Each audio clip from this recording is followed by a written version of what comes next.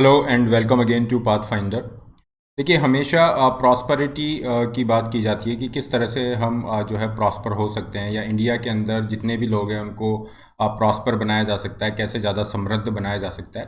लेकिन प्रॉस्पेरिटी को जब आकलन करने की बात आती है, या फिर ये देखने की बात आती है कि किस तरह से हम प्रॉस्पेरिटी को डिफ़ाइन करेंगे, क्या एक मापदंड है, क्या एक क्राइटेरिया है जिससे ये पता लगाया जा सके कि जो पर्टिकुलर लोग हैं वो प्रॉस्परस हैं या नहीं हैं, उनकी इकोनॉमिक वेलबींग कैसी है, कैसी नहीं है। तो ये एक बहुत बड़ा चैलेंज भी रहता है। इसी को लेके एक सर्वे यहाँ पे किया गया लोकनीति के द्वारा, और उसी को लेके जो फाइंडिंग्स हैं ये इंडियन एक्सप्रेस में आपकी है। इसको लेके जो आर्टिकल है ये हम डिस्कस करेंगे। बहुत ही इंटरेस्टिंग यहाँ पे हमें फाइंडिंग्स मिली हैं।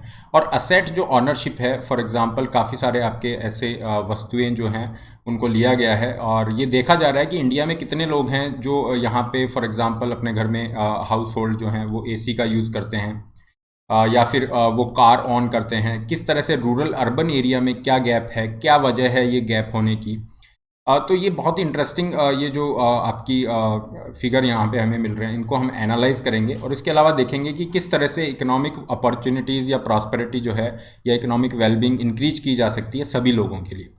आगे बढ़ते हैं। आगे बढ़ने से पहले this is a brief introduction about me. My name is Rahul Bhardwaj. ये मेरा टेलीग्राम चैनल है जिस पे आप मुझे फॉलो कर सकते हैं। पीडीएफ इस सेशन की इस चैनल से आप प्राप्त कर सकते हैं।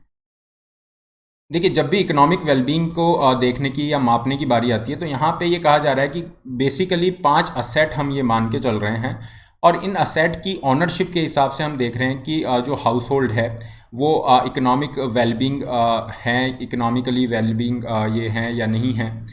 सो बेसिकली ये जो 5 असेट है, यहाँ पे आपके कार ऑनरशिप की बात की जा रही है। Air conditioner at home, home में घरों में लोग एयर कंडीशनर कितना यूज़ कर रहे हैं। डेस्कटॉप या लैपटॉप उनके पास है या नहीं है। रेफ्रिजरेटर या फिर टेलीविज़न सेट। बेसिकली ये 5 चीज़ें, 5 वस्तुएं हैं। कार है, एयर कंडीशन है, लैपटॉप कंप्यूटर हो गया, रेफ्रिजरेटर एंड टेलीविज़न सेट। तो इनकी ऑनरशिप के हिसाब से यहाँ पे देखा जा रहा है कि प्रॉस्पेरिटी क्या है, कौन से राज्यों में ज़्यादा लोगों के पास ये ऑनरशिप है, रूरल और अर्बन एरिया के अंदर क्या है। डेफिनेटली अर्बन एरिया में ज़्यादा होगा, लेकिन ये गैप कितना ज़्यादा है। और अगर हम बड़े असेट्स की बात करें तो हमेशा से मिडिल क्लास की ये कोशिश रहती है कि कम से कम एक अपना घर हो, या अपना जो पीस ऑफ लैंड है वो अपना रहे। लेकिन इसके अलावा बेसिकली ये 5 असेट ऐसे हैं जिनके लिए डेफिनेटली हर कोई प्रयास करता है। अगर हम यहाँ पे डेटा को देखें, ये जो लोक नीति की तरफ से ये डेटा कलेक्ट किया गया है, तो यहाँ पे बहुत ही जो है चौंकाने वाले यहाँ पे फाइंडिंग्स हमें मिलती हैं।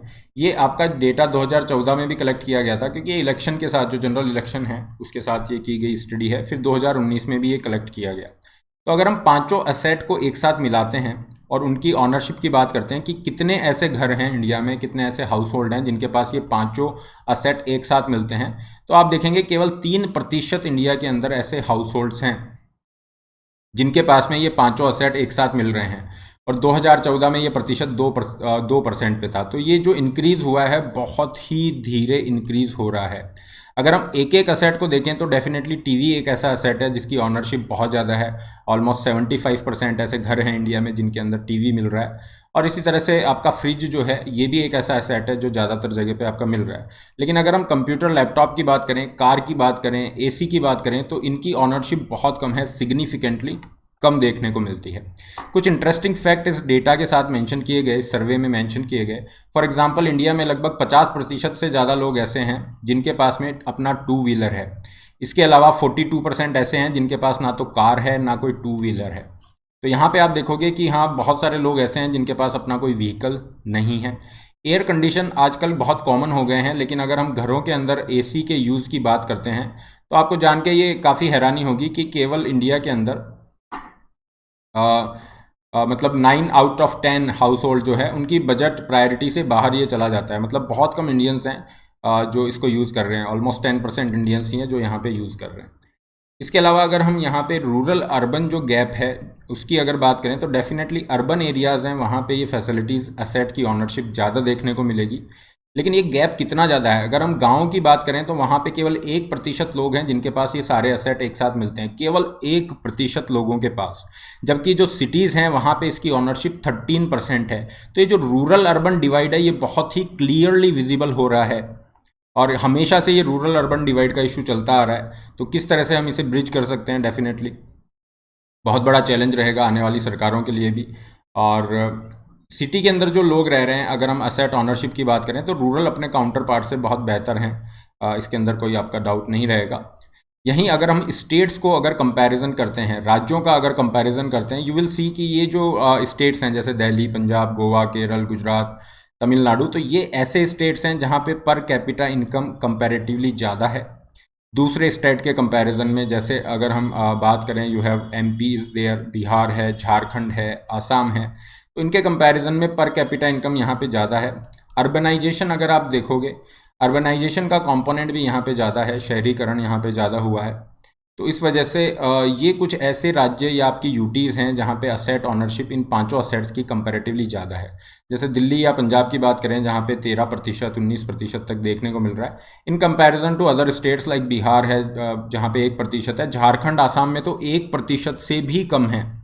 तो ये जो इनइक्वालिटी हमें देखने को मिल रही है या जो रीजनल डिस्पैरिटी देखने को मिल रही है, ये बहुत ही एक सीरियस इश्यू है। किस तरह से हम इसे डील कर सकते हैं, कैसे ये जो इनइक्वालिटीज़ है असेट ऑनरशिप में, इसको हम कम कर सकते हैं, यहाँ पे काफ़ी सारे आप सजेशन दे सकते हैं। डेफिनेटली हमें इकोनॉमिक अपॉर्चुनिटीज़ जो हैं क्रिएट करनी होगी। इकोनॉमिक अपॉर्चुनिटीज़, लोगों के लिए इकोनॉमिक अपॉर्चुनिटीज़ या जॉब अपॉर्चुनिटीज़ आपको क्रिएट करनी होगी।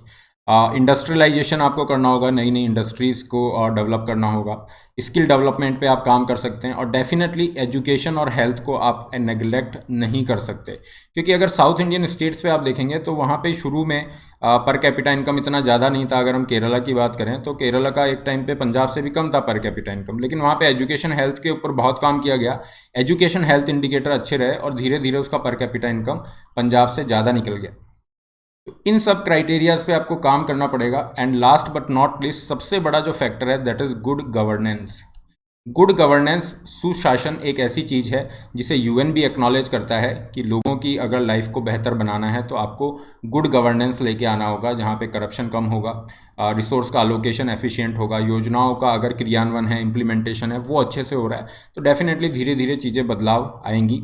आप अपने यहाँ पे सजेशन दे सकते हैं कि क्या होना चाहिए, कि ये जो इनइक्वालिटी इतनी ज़्यादा है इसको कैसे कम किया जाना चाहिए। एज ए एनलाइटेंड सिटीजन आप अपने डेफिनेटली यहाँ पे सजेशन दीजिए। This is all regarding this data and this lecture here. PDF आपको इस टेलीग्राम चैनल पे मिल जाएंगे। इसके अलावा अनअकैडमी के साथ आप जुड़ सकते हैं। This is the list of Unacademy learners who secured ranks in the civil service examination 2020। You can also be the part of Unacademy's plus platform, जहाँ पे आपको हैवी डिस्काउंट ऑफर किए जा रहे हैं कॉम्बो सब्सक्रिप्शन पे। कॉम्बो मतलब GS और ऑप्शनल दोनों इंक्लूड है, तो दोनों का ये इंक्लूजन का प्राइस 57,000 है। पूरी प्रिपरेशन आपकी इसमें हो जाती है, और ये टेस्ट सीरीज का कॉम्बो आपको दिया जा रहा है। ये फ्री आपको दिया जाएगा। टेस्ट सीरीज ऑप्शनल और प्री और मेंस की test series free of cost दी जा रही है। सब्सक्रिप्शन का लिंक डिस्क्रिप्शन बॉक्स में आपको दिया गया है। आप अपनी नीड के अकॉर्डिंग 1 साल 2 साल का प्लान चूज कर सकते हैं। Put the code RB Live to get 10% extra off and personalise guidance.